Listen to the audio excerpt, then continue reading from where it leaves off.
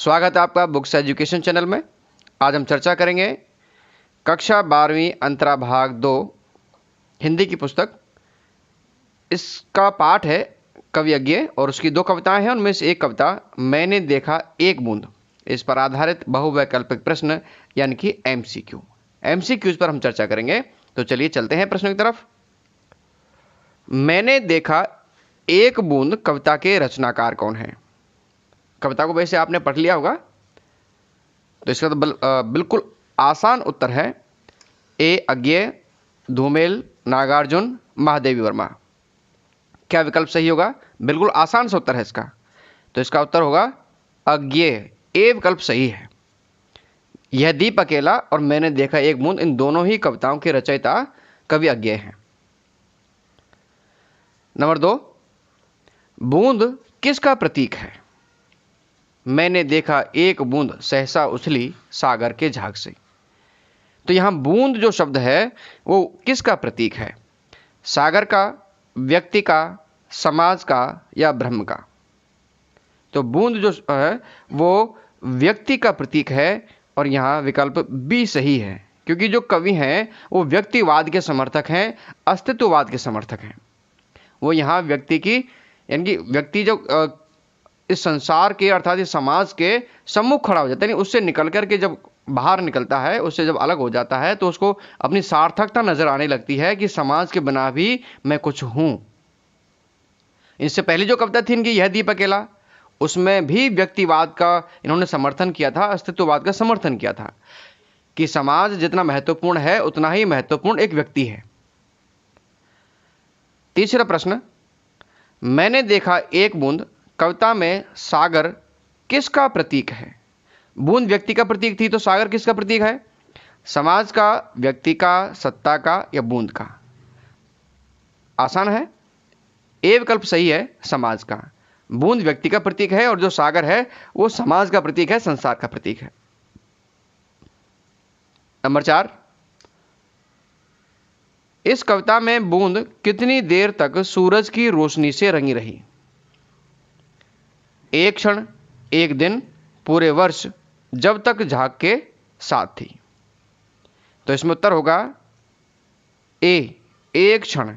जो बूंद थी वो एक क्षण के लिए ही ऊपर उछली और उसी में उसने संध्याकालीन जो सूर्य था उसकी किरणें जैसे उस पर गिरी तो वो सुनहली हो गई और इसी में उस बूंद ने अपने जीवन को सार्थक माना कि कम से कम वो सागर से अलग होकर के एक क्षण के लिए तो सुनहली हुई, रंगी गई, उसका जीवन सार्थक हो गया।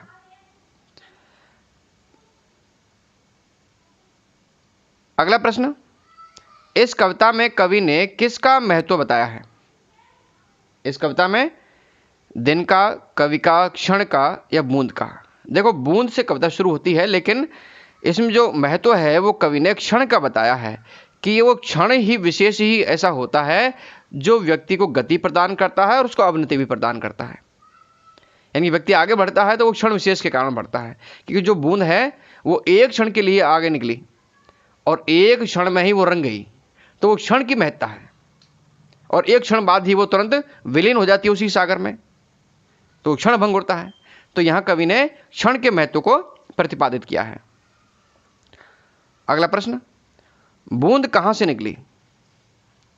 सागर के झाग से, बारिश के पानी से, नदी के उफान से या सागर के किनारे से? तो जो बूंद है वो सागर के झाग से निकली थी।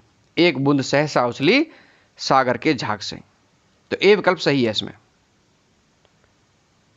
8वां प्रश्न, एक बूंद सहसा उछली सागर के झाग से, कवि ने इस पंक्ति के माध्यम से क्या भाव व्यक्त किए हैं? व्यक्ति संसार रूपी सागर की मूल धारा से बूंद के समान अलग हो गया, सागर ने अपने अंदर से एक बूंद को बाहर निकाल फेंका, या संसार रूपी सागर में मनुष्य विलीन हो गया, या उपरोक्त सभी? तो इसमें आप पंक्ति को ध्यान से समझेंगे कि एक बूंद सहसा उछली सागर के झाग से, यानी एक बूंद, बूंद यहां व्यक्ति का प्रतीक है और सागर संसार या समाज का प्रतीक है। तो संसार से जो बूंद रूपी व्यक्ति है वो पृथक हुआ है स्वयं अपनी सार्थकता सिद्ध करने के लिए। तो यहां पर विकल्प ए सही है कि व्यक्ति संसार रूपी सागर की मूल धारा से बूंद के समान अलग हो गया। 9वां प्रश्न, मैंने देखा एक बूंद कविता का मूल भाव क्या है?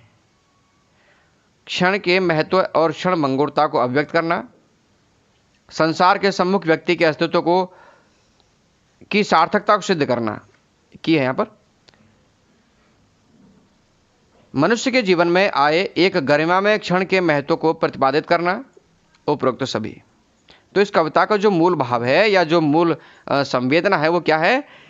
इसमें उपरोक्त सभी आंसर होगा कि क्षण के महत्व और क्षण भंगुरता इन दोनों का व्यक्त किया है, क्षण के महत्व को प्रतिपादित किया है, क्षण भंगुरता को भी दिखाया है और संसार के सम्मुख व्यक्ति के अस्तित्व की सार्थकता को सिद्ध किया है कवि ने कि संसार भले कितना बड़ा है, व्यक्ति जब तक उसमें रहता है तो उसका जो अपना अस्तित्व है वो उसे दिखाई नहीं देता, लेकिन जैसे ही वो संसार से बाहर निकलता है अर्थात उसकी मूल धारा से बाहर निकलता है, उसको छोड़ता है, तो उसे अपने आप में पता चलता है कि वो क्या है। हालांकि व्यक्ति समाज से बाहर रहकर उपेक्षणीय हो जाता है क्योंकि वो बाहर रह नहीं सकता। मनुष्य के जीवन में आए एक गरिमामय क्षण के महत्व को प्रतिपादित करता है। ये बात भी बिल्कुल सही है क्योंकि जो एक क्षण विशेष है वो मनुष्य के जीवन को गति प्रदान करता है। तो इसमें उपरोक्त सभी ये विकल्प सही है। अगला प्रश्न, जब मनुष्य रूपी बूंद सागर रूपी संसार से पृथक होती है तो विराट सत्ता के सम्मुख उसे क्या महसूस होता है? वह मरणशीलता के बंधनों से मुक्त हो जाती है अर्थात वह अमरता को प्राप्त कर लेती है। वह क्षण को गरिमा में मानती है। बूंद को क्षणिक जीवन की सार्थकता प्रतीत होती है, उपरोक्त सभी। तो इसमें ऊपर के तीनों विकल्प सही हैं। इनकी जो तीनों बातें हैं ये तीनों कथन सही हैं, इसलिए इसमें विकल्प डी सही है, उपरोक्त सभी। क्योंकि जो बूंद है जब वो पृथक होती है उससे सागर से तो उसे महसूस क्या होता है कि वो मरणशीलता के बंधनों से मुक्त हो जाती है अर्थात अब उसे लगता है कि वो जो जन्म मृत्यु का जो चक्रण है उससे मुक्त हो चुकी है। वह क्षण को गरिमा में मानती है और बूंद को क्षणिक जीवन की सार्थकता भी प्रतीक होती है कि यदि वो उस सागर से अलग नहीं होती तो उसे उस सूर्य की किरणें रंग नहीं पाती और वो सुनहली नहीं हो पाती। तो उस क्षण में वो अपने जीवन की सार्थकता को मानती है। प्रिय विद्यार्थियों, यदि वीडियो आपको अच्छा लगा है, प्रश्न आपको समझ में आए हैं तो वीडियो को लाइक जरूर करना और वीडियो आपको और भी मिलते रहें इसलिए आपको चैनल को सब्सक्राइब करके नोटिफिकेशन बेल को